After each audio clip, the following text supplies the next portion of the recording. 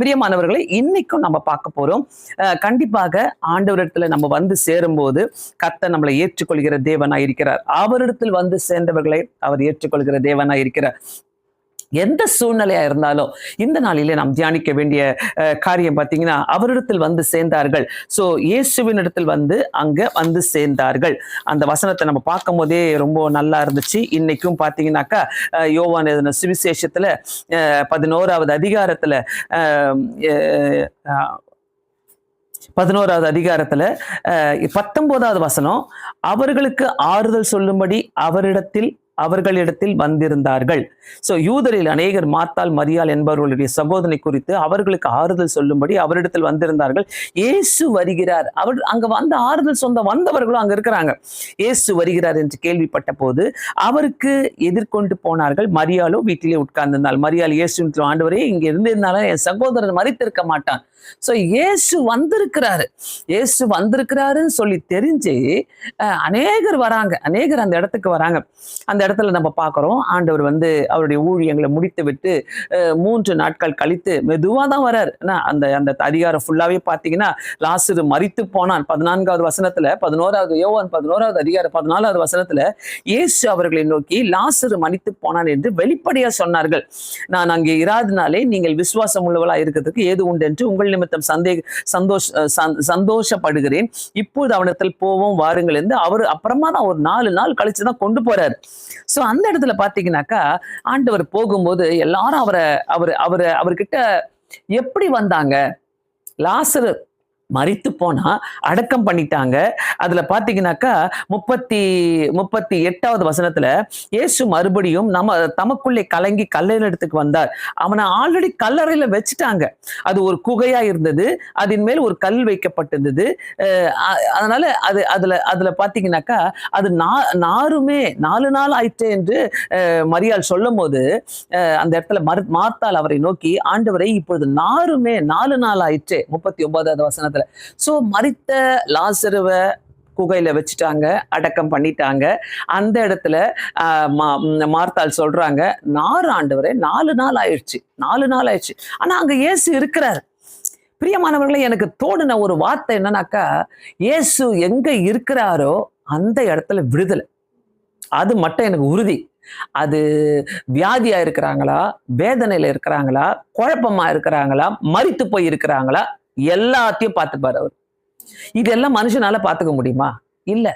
ஆண்டவரை நம்பி வந்தவர்களை ஆண்டவர் என்னைக்குமே மிரக்கல் செய்யாம, அற்புதம் செய்யாம அவர் போனதே கிடையாது. வேதத்துல அப்படி ஒரு வசனமே கிடையாது. அவரை வந்து கேள்வி கேட்பாங்க, அவரை விரட்டுவாங்க, அவரை அடிக்க வருவாங்க.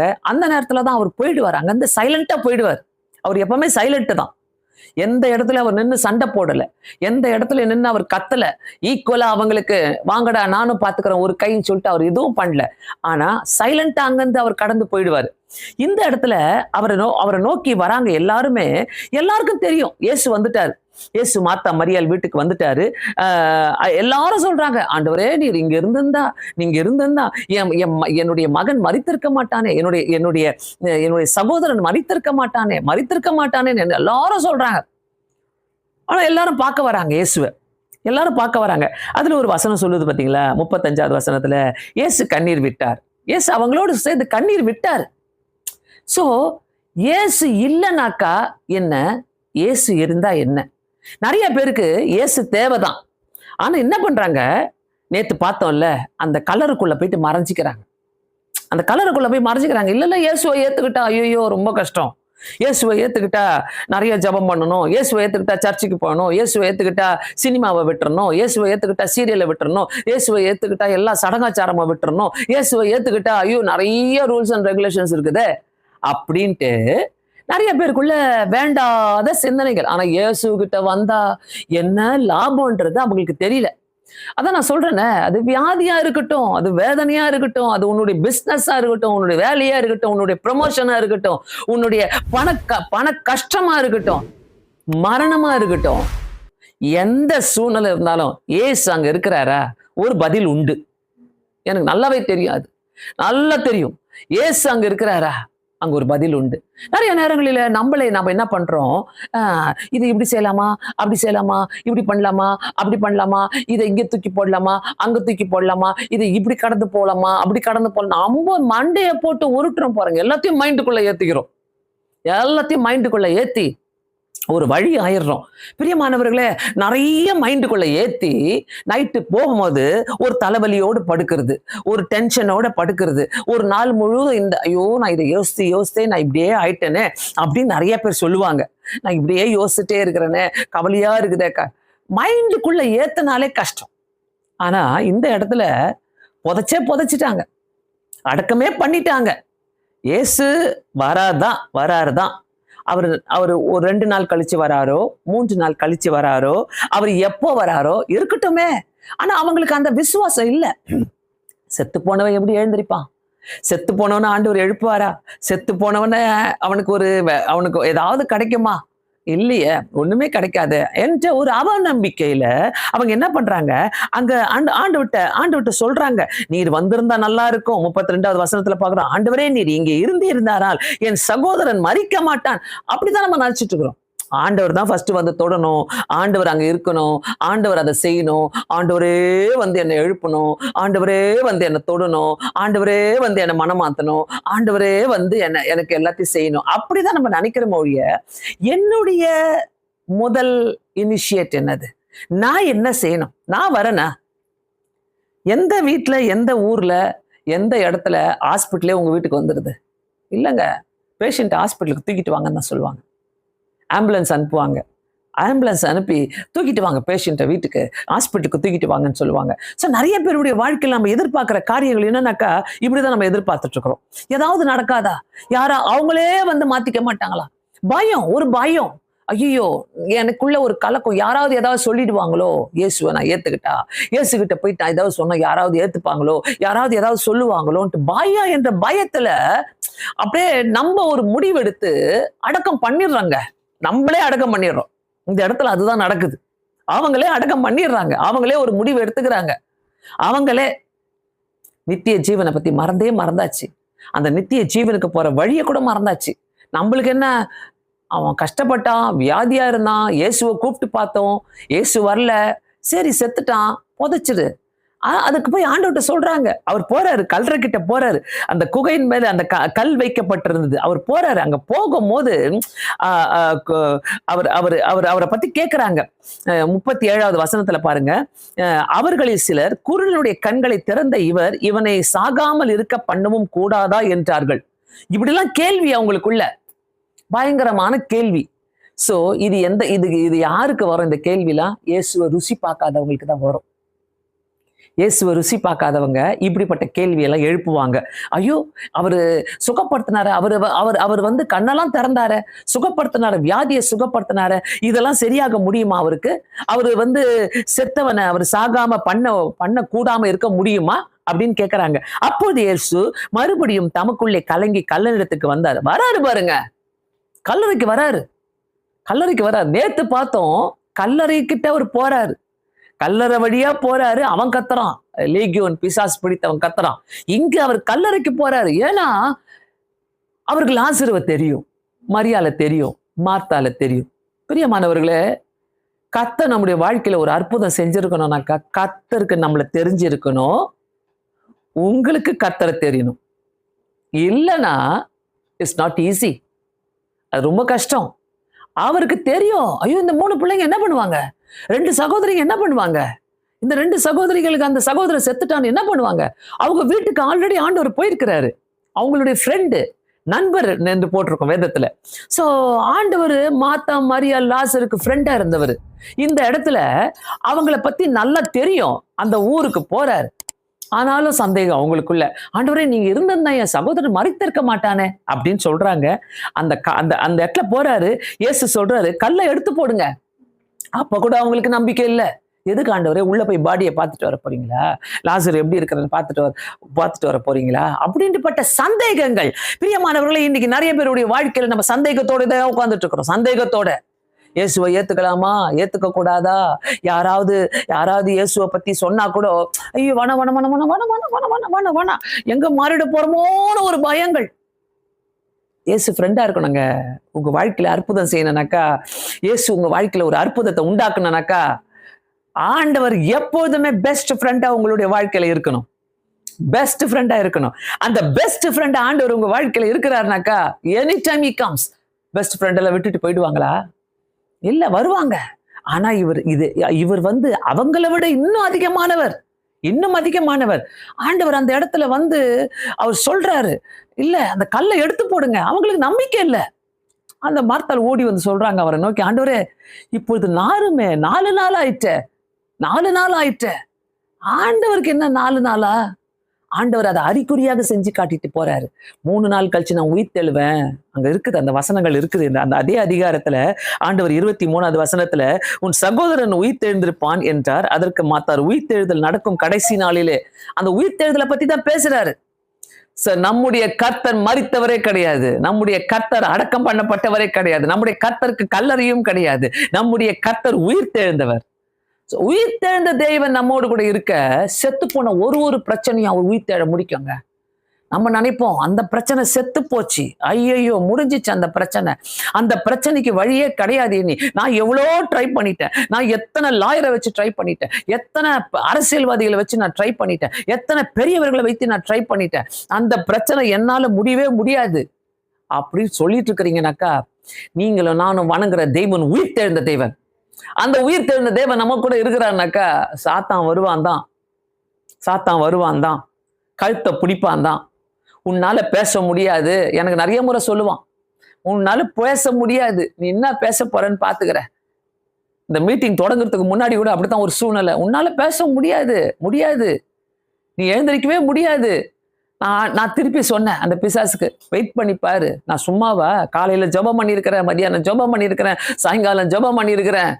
ஆண்டவர் என்னை கொண்டு போய் நிறுத்துவாரு. பிரியமானவர்களே, நம்மோடு கூட இருக்கிறவர் பெரிய தேவன், அதிசயங்களை செய்த தேவன், உயிர் தெழுந்த தேவன். என்னைக்குமே உங்களுடைய எண்ணங்களை மாத்திக்காதீங்க, மாத்திக்காதீங்க.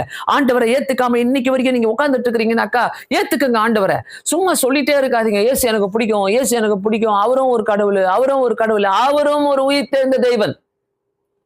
அவரும் ஒரு கடவுள் கிடையாது, அவர் ஒரு உயிர் தெழுந்த தேவன். மரணத்தை தாண்டி வந்தவருங்க. உலகத்திலே யாரும் செய்யாத ஒரு காரியத்தை அவர் மட்டும் தான் செஞ்சிருக்கிறாருங்க. இன்னைக்கும் அந்த இடங்கள் இருக்கிறது.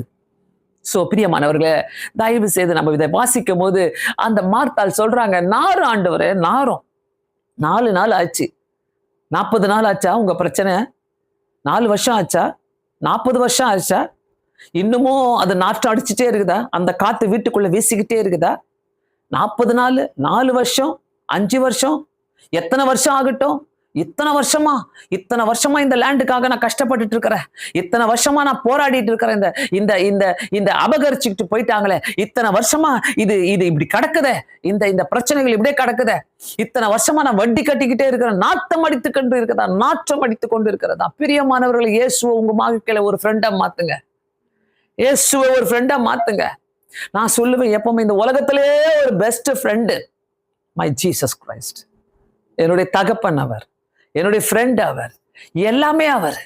அந்த நபர் நம்மோடு கூட இருக்கும்போது அவர் தேடிக்கிட்டு போறாருங்க.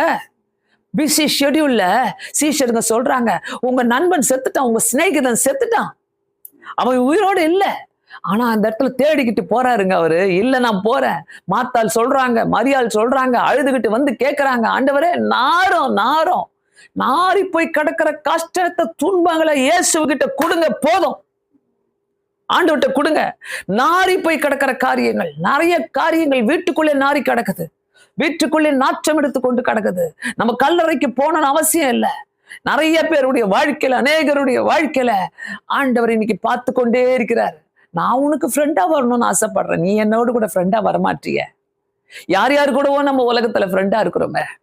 யார் யாரோ நம்மளை பத்தி பின்னாடி, நான் முன்னாடி வந்து நல்லா பேசிட்டு பின்னாடி நம்மளை பத்தி கேவலமா பேசுறவங்கள்ட்ட எல்லாம் ஃப்ரெண்டா இருக்கிறீங்களே. அந்த இயேசு கிட்ட ஒரு ஃப்ரெண்டா இருந்தீங்கன்னாக்கா, நாரி போகிற காரியங்களை, நாற்றம் எடுக்கிற காரியங்களை அவர் மாற்ற வல்லவராக இருக்கிறார். பிரியமானவர்களே, நிறைய காரியங்கள், நிறைய குணங்கள் நாற்றம் எடுத்து கொண்டிருக்கோங்க. நிறைய பேருடைய வாழ்க்கையில ஒத்தே வராது, வீட்டுக்குள்ள ஒத்தே வராத குணங்கள் உண்டு, அதெல்லாம் நாற்றம் எடுத்து கொண்டு இருக்கிறது. ஐயோ, உனக்கும் எனக்கும் ஒத்து வரலையே நாற்றம் எடுத்து கொண்டு இருக்கிறதா? வாழ்க்கை நாற்றம் எடுத்து கொண்டிருக்கிறதா? கணவன் மனைவிக்குள்ள நாற்றம் எடுத்து கொண்டிருக்கிறதா? தகப்பன் தாய்மார்களுக்குள்ள, பேரண்ட்ஸ்குள்ள, பிள்ளைகளுக்கு மத்தியில நாற்றம் எடுத்து கொண்டு இருக்கிறதா? யோசிக்கலாமா? இந்த இடத்துல யோசிக்கலாமா பிரியமானவர்களே? ஆண்டவரே, ஆண்டவரே, கல்லறைக்கு போகாதீங்க, அங்க போகாதீங்க. அவனை புதைச்சு 4 நாள் ஆயிடுச்சு. நாற்றம் எடுக்க ஆண்டவரே, நாற்றம் எடுக்க ஆண்டவரே. அங்க ஒரு இடத்துல நல்லா இருக்கும் பாருங்களேன், அவனை சீலையில சுத்தி வச்சிருந்தாங்களாம். அந்த இடத்துல அந்த சீலையில சுத்தி, துணியில சுத்தி வச்சிருக்கிறாங்க, அவனை சீலையில சுத்தி வைத்திருந்தார்கள் என்று போட்டிருக்கோம். பிரியமானவர்களே, இந்த இடத்துல ஆண்டவர் நம்ம கிட்ட கேட்கிற கேள்வி, நீ சுத்தி எல்லாத்தையும் பத்திரமா, யாருக்கும் தெரியக்கூடாது, என் பிரச்சனை, என் கஷ்டம், என் கண்ணீர் யாருக்குமே தெரிய வேணாம், யாருக்குமே தெரிய வேணாம்னு சொல்லிட்டு ஒருவேளை நீங்க இருக்கிறீங்கனாக்கா, இந்த இடத்துல God wants to become your friend. கர்த்தர் உங்களுடைய பெஸ்ட் ஃப்ரெண்டை மாறணும்னு ஆசைப்படுறாரு. உங்க வாழ்க்கையில பெஸ்ட் ஃப்ரெண்டை மாறணும்னு ஆசைப்படுறாரு. விட்டுறாதீங்க அவரை. நாற்றம் எடுத்து கொண்டிருக்கிற காரியங்களை இயேசு வந்தாதான் மாற்ற முடியும். அவருக்கு சொல்லாதீங்க, ஆண்டவரே நாற்றம் எடுக்குது ஏசப்பா, நாற்றம் எடுக்குது. பழைய காரியத்தையே பேசிக்கிட்டு இருக்கிறீங்களா? வீட்டுல பழைய சம்பவத்தையே பேசிட்டு இருக்கிறீங்களா? அது நாற்றம் எடுத்துக்கிட்டே இருக்கும். மைண்டுக்குள்ள ஏத்தாதீங்க. நாற்றம் எடுக்கிற காரியங்களை விட்டு கொடுங்க. எஸ் சுவாமி, நான் விட்டு கொடுக்கிறேன் ஏசப்பா, நான் விட்டு கொடுக்கிறேன் ஏசு சுவாமின்னு சொல்லுங்க. ஏசு அவளை நோக்கி 40வது வசனத்துல, நீ விசுவாசித்தால் தேவனுடைய மகிமையை காண்பாய். எஸ், 100%, 100%. நீ விசுவாசித்தால் தேவனுடைய மகிமையை காண்பாய். சில நேரங்களில நான் பார்ப்பேன், நம்மளுடைய வாழ்க்கையை நம்ம பாதுகாத்துக்கணும், இயேசுக்குள்ளே போகணும்னு நினைக்கும் போது கூட சிலர் எழும்புவாங்க, விரோதமானவர்களாம் எழும்புவாங்க, நம்மள வாழ்க்கையை நாற்றம் எடுக்க வைக்கணும்னு நினைப்பாங்க. அது அப்படியே இருக்கட்டும். நிறைய பேர் நினைப்பாங்க, உங்க வாழ்க்கை நாற்றம் எடுத்துக்கொண்டே இருக்கட்டும், அவங்க நம்மளை பத்தி பேசிக்கிட்டே இருப்பாங்க. பிரியமானவர்களே, அந்த நாற்றத்தை கூட கர்த்தர் நம்ம கிட்ட கொண்டு வர மாட்டார். பாத்துக்கிறீங்களா? அவங்க தூரமா எங்கனோ பேசுற நாற்றங்கள் அது அங்க வேலைதான் எங்கேயும் நாற்றம் அடிச்சுட்டே இருக்கும் ஒழிய, அந்த நாற்றம் அவங்க மேலேயே போட்டுப்பாங்களே ஒழிய, அது நம்ம கிட்ட கூட வராது. பிரியமானவர்களே, இந்த சாயங்கால வேலையில அவருடைய வார்த்தையை நம்புங்க, அவரிடத்துல வாங்க. இயேசு கிட்ட வந்தீங்கன்னாக்கா பெரிய விடுதலை உண்டாக்குவாரு. அடுத்தது பாருங்க, ஆண்டவர் சொல்றாரு 42வது வசனத்துல, நீர் எப்போதும் எனக்கு செவி கொடுக்கிறீர் என்று நான் அறிந்திருக்கேன். ஒரு ஜபம் பண்ணிட்டு போறாரு பாருங்க. அந்த கல்றகிட்ட போகும்போது கூட சும்மா தன்னுடைய திறமையால என்கிட்ட வல்லம் இருக்குது, என்கிட்ட அதிகாரம் இருக்குதுன்னு போல பிதா கிட்ட ஜெபம் பண்றார். 41வது வசனத்திலையும் 42வது வசனத்திலையும், ஆண்டவரே, நீர் என்னை அனுப்பினதை சூழ்ந்து நிற்கும் ஜனங்கள் விசுவாசிக்கும்படியாக அவர்கள் நிமித்தம் இதை சொன்னேன் என்றார். அந்த சூழ்ந்து இருக்கிற ஜனங்க கூட அவங்களாம் ஆண்டவரை நம்பி வராங்க. அவங்களுக்கும் தெரியும் நாற்றம் எடுக்கும்ட்டு. ஆனா இயேசு இருக்கிற இடத்துல அந்த நாற்றெல்லாம் போயிடுங்க. ஏசி இருக்கிற இடத்துல நாற்றெல்லாம் ஒரு நிமிஷத்துல காலி ஆயிடும். எல்லா இடத்துலயும் காலி ஆயிடும். சாத்தான் என்னென்னையோ சொல்லி வைப்பான், என்னென்னையோ சொல்லி கொடுப்பான், என்னென்னையோ யோசிக்க வைப்பான். உன்னால முடியாது, அவ்வளவுதான், முடிஞ்சிருச்சு, உன்னால நிக்க கூட முடியாது, எழுந்திருக்க கூட முடியாது. பிரியமானவர்களே, இந்த இயேசு அநேகருக்கு தேவை. ஏன் தெரியுமா? எதுக்கு தெரியுமா இந்த இயேசு தேவை? இந்த இயேசு தேவை? அங்க பாருங்க, இவைகளை சொன்ன பின்பு 43வது வசனம், லாசரே வெளியே வா. அதிகாரமுள்ள வார்த்தைங்க. லாசரு யாரு? ஆண்டவரை அறிஞ்சவன், பெஸ்ட் ஃப்ரெண்டு. இந்த இயேசுவை யாருக்கெல்லாம் தேவையோ ஃபர்ஸ்ட் நீங்க அவரை ஃப்ரெண்டா ஏத்துக்கங்க. 2வது, இந்த இயேசு நிறைய பேருக்கு தேவை. மரணத்தின் வாசலிலே நுழைந்து கொண்டிருக்கிற அநேகருக்கு இந்த இயேசு தேவை. ஹாஸ்பிட்டல் இருக்கிறவங்களுக்கு நிறைய பேருக்கு இந்த இயேசு தேவை. டாக்டர் சர்டிபிகேட் உங்களுக்கு சொல்லலாம், it's difficult, it's not easy. பணத்தை போய் கொட்டாதீங்க ஹாஸ்பிட்டல்ல, வேண்டாம். ஆண்டவர்ட்ட சொல்லுங்க, you are my best friend Lord. ஒரு மரணத்தின் ஆவி கிட்ட போயிட்டு கர்த்தர் பேசுறாருங்க, ஒரு கல்லறை கிட்ட போய் பேசுறாருங்க. சூட்டி வச்சிருக்கிறாங்க அவனை. லாசருவே வெளியே வா என்று உரத்த சத்தமாய் கூப்பிட்டார். ஃப்ரெண்டு மட்டும் தான் கூப்பிட முடியும். நம்ம ஃப்ரெண்ட கேட்கலனாக்கா நம்ம என்ன பண்ணுவோம்? இன்னும் உரத்த சத்தமாய் கூப்பிடுவோம்ல. ஏய் இங்க வான்னு கூப்பிட மாட்டோம். தூரத்துல இருக்கிறாங்கனாக்கா சத்தமா கூப்பிடுவோம். அவங்ககிட்ட உரத்த சத்தமாய் கூப்பிட்டார். அப்பொழுது மரித்தவன் வெளியே வந்தான். பாருங்க, பெஸ்ட் ஃப்ரெண்ட் அங்க இருக்கும் போது மரித்தவன் வெளியே வராங்க. அவன் கால்களும் கைகளும் பிரேத சீலையினாலே கட்டப்பட்டிருந்தது. அவன் முகம் சீலையால் சுற்றப்பட்டு இருந்தது. இயேசு அவர்களை நோக்கி, இவனை கட்டவிழ்த்து விடுங்கள் என்றால். இயேசு கட்டவிழ்த்தா எல்லாமே முடியும். அவன் கண்ணை மூடிட்டாங்க, அவன் முகத்தை மூடிட்டாங்க, அவன் உடம்ப மூடிட்டாங்க, சீலையினால சுற்றி வச்சிருந்தாங்க. மரணத்தின் ஆவியை இயேசுவினால மட்டுமே நீக்க முடியுங்க. நிறைய பேருடைய வாழ்க்கையில இன்னைக்கு மரணத்தின் ஆவிகள் சூழ்ந்து கிடக்கிறது. மரணத்தின் ஆவிகள், ஆண்டவரே கண்ணை மூடுனா நான் எங்க போவேன், ஆண்டவரே மரணம் வந்தா நான் எங்க போவேன், பாதாளமா நரகமா. எத்தனை ஆத்துமாக்கள், சில ஆத்துமாக்களை பார்த்து நான் அப்படியே உட்காந்து அழுவேன். என் மனசு கவலையா இருக்கும். எப்ப ஆண்டவரே இவங்க ஏத்துக்கொள்ள போறாங்க, இவங்களாம் எப்ப ஆண்டவரே இவங்க அறிந்து கொள்ள போறாங்க, எப்ப ஆண்டவரே இவங்க உமக்கு ஃப்ரெண்ட் ஆக போறோம். ரொம்ப கஷ்டப்படுவேன் நிறைய நேரங்களில. குடிக்கார கடை, டாஸ்மாக் கடைங்களை பார்க்கும் போது, ஆண்டவரே இவங்களுக்கு தெரியலையே, உங்களை பத்தி தெரியலையே, இவங்க ஓடுறாங்களே ஏதோ ஒரு சாதா ஒரு சின்ன வாழ்க்கைக்காக அங்க ஓடுறாங்களே, ஒரு சின்ன சந்தோஷத்துக்காக அங்க ஓடி போய் குடிக்கிறாங்களே. ஆண்டவரே, இயேசுவை தெரியாதவங்க எங்கெங்கயோ ஓடி ஓடி போலாங்க. ஆனா இந்த இயேசு உங்ககிட்ட வருங்க. நீங்க ஓடி போகவே வேணாம். இவர் உங்ககிட்ட வருவர். நீங்க கூப்பிட்டாலே உங்ககிட்ட வருகிற தேவனா இருக்கிறார். அவரு உங்ககிட்ட வந்து உங்களுக்கு சுகத்தை தருகிற தேவனா இருக்கிறார். மரணத்தின் வாசலில் நின்று கொண்டிருக்கிற, மரணத்தின் வாயில நின்று கொண்டிருக்கிற அநேகருக்கு இன்னைக்கு கர்த்தர் பேசுற வார்த்தை, நீ எழுந்து வா, நீ எழுந்து வா. அநேக நேரத்துல நான் இப்படிதான் ஜெபம் பண்ணுவேன். ஆண்டவரே, நீங்க எனக்கு சுகத்தை கொடுங்க, பலத்தை கொடுங்க. உம்மை பத்தி பேசிக்கிட்டே இருப்பேன், கர்த்தரை பத்தி பேசிக்கிட்டே இருங்க. கர்த்தர் கொடுத்துற ஒவ்வொரு மூச்சும் ஒவ்வொரு பேச்சும், ஆண்டவரே உமக்காக தான், ஆண்டவரே உமக்கு அர்ப்பணிக்கிறேன், இயேசு சுவாமி உமக்கு அர்ப்பணிக்கிறேன் ஆண்டவரை சொல்லி பேசும்போது கர்த்தர் நம்மளை ஆசீர்வதிக்கிற தேவனா இருக்கிறார். மறந்துடாதீங்க, கொஞ்சம் கூட மறந்துடாதீங்க. ஒரு நிமிஷம் கூட ஆண்டவரை விட்டு கொடுக்காதீங்க. He is your best friend. Jesus is your best friend. உங்க ஃப்ரெண்டா மட்டும் வச்சுக்காதீங்க, மற்றவங்களுக்கு கொடுங்க. இயேசு அறியாதவங்களுக்கு கொடுங்க, பயத்துல இருக்கிறவங்களுக்கு கொடுங்க, வியாதியில இருக்கிறவங்களுக்கு இயேசுவை கொடுங்க, துன்பத்துல இருக்கிறவங்களுக்கு இயேசுவை கொடுங்க. இயேசு இன்னைக்கு நிறைய பேருக்கு தேவை இந்த உலகத்துல. இயேசு அறியாதவங்க இன்னைக்கு நிறைய பேர் இருக்கிறாங்க. பிரியமானவர்களே, அந்த இயேசுவை கொண்டு போய் சேர்க்கிறது நம்முடைய கடமையா இருக்கிறது. கர்த்தர் நம்ம கிட்ட தானே கேட்பாரு, நம்ம கிட்ட தானே கேட்பாரு. ஆண்டவரே இறங்கும் ஆண்டவரேன்னு சொல்லி, ஏசப்பா மாத்தா ஓடுறா, ஆண்டவரே முடியாது ஏசப்பா, நார் ஆண்டவரே, நீங்க போவாதீங்க கிட்ட, அந்த கல்ற கிட்ட வேணாம் ஆண்டவரே, அவனை புதைச்சிட்டான் ஆண்டவரே, முடிஞ்சிச்சு அவன் காரியெல்லாம். இயேசு விட்டாரா? இயேசு விட்டாரா? உன்னுடைய விசுவாசத்தை பார்த்து தேவனுடைய மகிமையை காண்பாய். நீ விசுவாசித்தால் தேவனுடைய மகிமையை காண்பாங்க. ஆண்டவர் பெரிய பெரிய காரியங்களை மட்டும் கேட்கல, விசுவாசத்தை தான் கேட்கிறார். விசுவாசத்தோடு இந்த சாயங்கால வேலையில பார்த்து கொண்டிருக்கிற அருமையான சகோதரனே சகோதரியே, ஆண்டவர் உங்ககிட்ட கேட்கிறது ஒரு விசுவாசம்.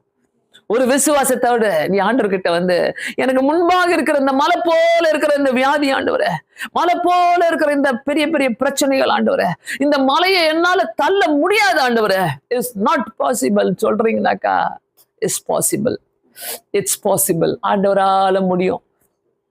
ஆண்டவர் நிறைய நேரங்களில நான் யோசிப்பேன், ஏன் ஆண்டவரே என்னை தெரிந்து கொண்டீங்க, ஏன் ஆண்டவரே என்னை அழைச்சிங்க, ஏன் ஆண்டவரே என் வாழ்க்கையில நீங்க எப்படி ஆண்டவரே வந்தீங்க, எதுக்காக ஆண்டவரே என்னை தெரிந்து கொண்டீங்க.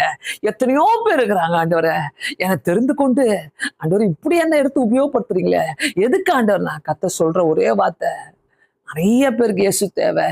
நீ என்ன ருசி பார்த்தல, மற்றவங்களுக்கும் நீ கொடு, இயேசுவை கொடு. இந்த வாழ்க்கையில பிரியமானவர்களே, ஒருத்தருமே நாம் அர்ப்பணிச்சு ஜெபம் பண்ணலாம், இயேசுக்கு நம்மளை கொடுத்து ஜெபம் பண்ணலாம். ஏசப்பா, என் குடும்பத்துக்குள்ள நாற்று அடிக்குது ஏசப்பா, என் வாழ்க்கையில நாற்று அடிக்குது ஆண்டவரே, என்னுடைய வியாதி நாற்று அடிக்குது ஆண்டவரே, என் பிரச்சனைகள் எனக்கு நாற்று அடிக்குது ஆண்டவரே, எனக்கு தெரியல, நான் என்ன பண்ணணும்னு தெரியல. நான் சொல்றேன், எப்பவுமே சொல்றேன், seek ye first the kingdom of God. ஆண்டவர் தேவனுடைய ராஜ்யத்தை முதலாவது தேடுங்க, எல்லாமே கூட கொடுக்கப்படும், எல்லாமே கூட கொடுக்கப்படும். ஒவ்வொரு நிமிஷமும் ஆண்டவரே ஏசப்பா, அவன் அந்த உலகத்தை விட்டு போயிட்டான் நாங்க நினைச்சோம் ஆண்டவரே, ஆனா நீங்க உயிர்த்தெழ வச்சுட்டீங்க இயேசு சுவாமி, உயிர்த்தெழ வச்சுட்டீங்க ஆண்டவரே. சோ அந்த இடத்துல பாருங்க, அந்த 45வது வசனத்துல, அப்பொழுது மரியாதத்துல வந்து இயேசு செய்தவைகளாம் இயேசு செய்தவைகளை கண்டவர்களாகிய யூதர்களில் அநேகர் அவரிடத்தில் விசுவாசம் உள்ள ஆனார்கள். அதுக்குதான் ஆண்டவர் அந்த அற்புதத்தை செய்யறார். அதுக்குதான் அந்த ஆண்டவர் அற்புதத்தை செய்யறாரு. ஆண்டவர் செய்யற அற்புதம் என்ன தெரியுமா? சும்மா வந்து செஞ்சிட மாட்டாரு, நீங்க விசுவாசித்தா தான் செய்வார். 2வது, நீங்க ஃப்ரெண்டா இருந்தா தான் செய்வாரு. 3வது, ஆண்டவரை நம்பணும். நீங்க செய்வீங்க, நீங்க செய்வீங்கன்னு சொல்லிட்டு. பிரியமானவர்களே, இந்த சாயங்கால வேலையில கர்த்தர் நம்மோடு கூட பேசின வார்த்தைகள், நாற்றம் எடுக்கிற ஒவ்வொரு காரியத்தையும், வீட்டுக்குள்ள இருக்கிற நாற்றம் எனக்கு நான் எல்லாத்தையும் சொல்ல முடியாது. நான் கட்டி போட்டு வச்சுக்கிறேன், சீலையில மறைச்சு வச்சிருக்கிறேன், சுத்தி போட்டு வச்சிருக்கிறேன், யார்ட்டையும் சொல்ல முடியாது சில சீக்கிரட்டை. அப்படி இருக்குது ஆண்டவர் சொல்லி புலம்புறீங்கனாக்கா, கர்த்தர் ஒரே வார்த்தை சொல்றாரு, வெளியே எழுந்து வா, நீ வெளியே வா, லாசருவே வெளியே வா. அப்படியே கண்களை மூடி ஜெபிக்கலாமா? இந்த சாயங்கால வேலையில யார் யாரெல்லாம் வீட்டுக்குள்ள குழப்பத்தோடு, பிரச்சனையோடு, வியாதியோடு, விக்கனங்களோடு, இயேசு வந்தா போதுங்க, இயேசுவை ஏற்றுக்கங்க. இயேசுவை ஏற்றுக்கொண்டாலே ஒரு பெரிய மாற்றங்களை உண்டாக்குவாரு. இந்த சரீரத்துக்குள்ள ஒரு பெரிய மாற்றங்களை உண்டாக்குகிற தேவனா இருக்கிறாரு. இந்த நேரத்தில் அப்படியே அர்ப்பணித்து ஆண்டவருக்கு ஒப்பு கொடுத்து நம்ம ஜெபிக்கலாமா? இந்த